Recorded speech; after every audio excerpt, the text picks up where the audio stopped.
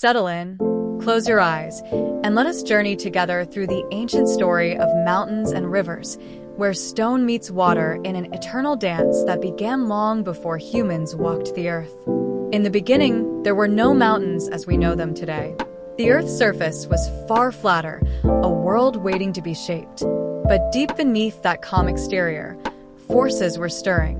The planet's crust, broken into massive plates floating on molten rock, began to shift and collide in slow motion, moving at about the same pace your fingernails grow, just a few centimeters each year. This patient movement would eventually thrust stone skyward, creating the peaks we marvel at today.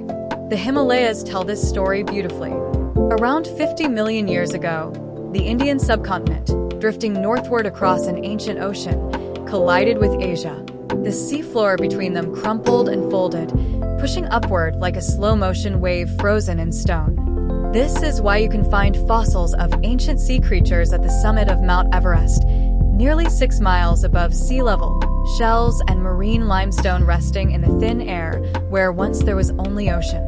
But mountains are not eternal monuments. From the moment they rise, they begin to fall. Water seeps into tiny cracks, and when winter comes and that water freezes, it expands with surprising force, enough to split solid rock.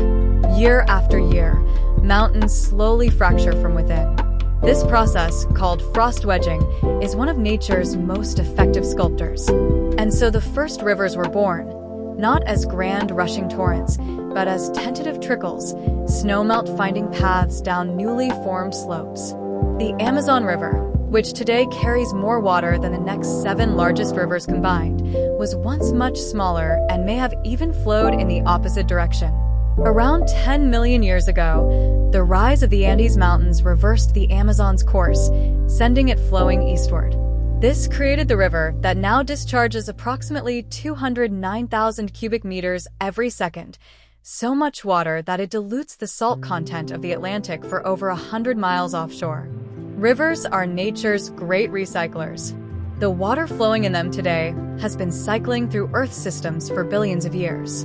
The Nile, the longest river in the world at roughly 4,135 miles, carries water that has made this journey countless times, sustaining civilizations along its banks for over 5,000 years. Mountains create rivers, but they also create weather.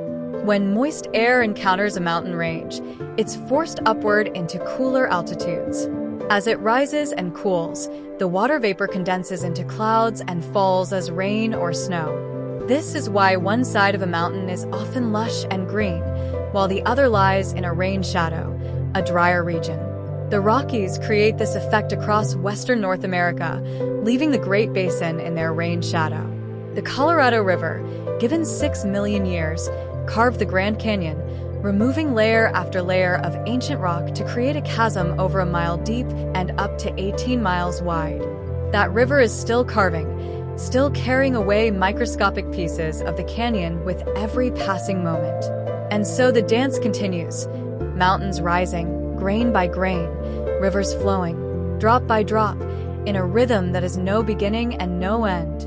Let us follow these rivers now, down from their mountain birthplaces, and discover the quiet wonders they create along their journey to the sea. Rivers are not constant in their character. A river born in the mountains rushes down steep slopes, carving deep V-shaped valleys. But as it reaches flatter land, it slows and begins to meander. These curves follow a mathematical pattern. Scientists have discovered that the length of a meandering river is typically about 3 times longer than the straight-line distance between its source and mouth. This ratio holds true whether you're measuring the Mississippi, the Ganges, or a small stream in your local park. The Mississippi River flows southward for 2,340 miles, carrying roughly 500 million tons of sediment each year, particles of the Rockies, soil from the Great Plains, all flowing toward the Gulf of Mexico.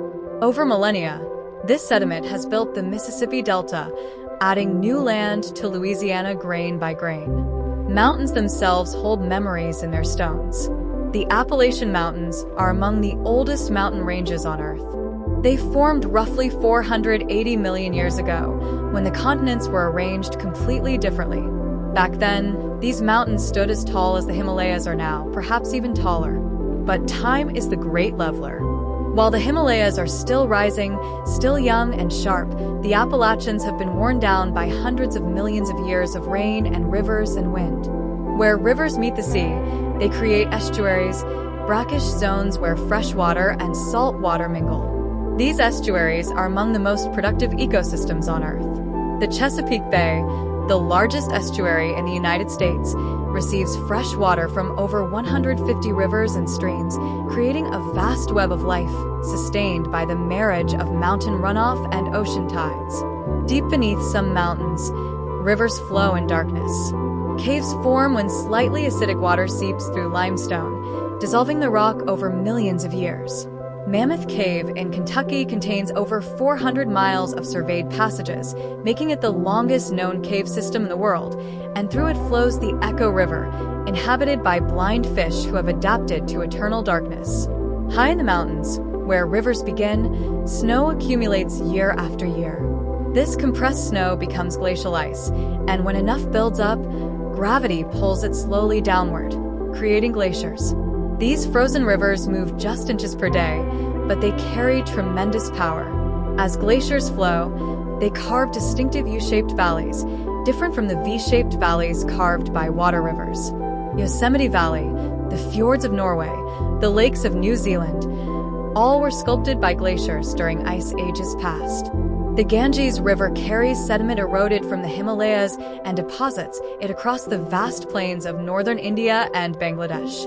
Over millions of years, this sediment has accumulated to depths of over 16,000 feet in some places, sediment so thick that its weight is causing the land to sink slightly. One day, when these sediments are compressed and uplifted by tectonic forces, they may become mountains themselves, completing the cycle. Not all rivers flow continuously. In arid regions, there are ephemeral rivers that flow only after rare rainstorms. The Todd River in Australia might be dry for years at a time, but when the rains finally come, it transforms within hours into a rushing torrent, carrying the accumulated thirst of the desert toward distant seas. Rest now in the knowledge that whether rivers flow boldly or whisper quietly, the ancient conversation between stone and water continues, shaping the world breath by breath, drop by drop.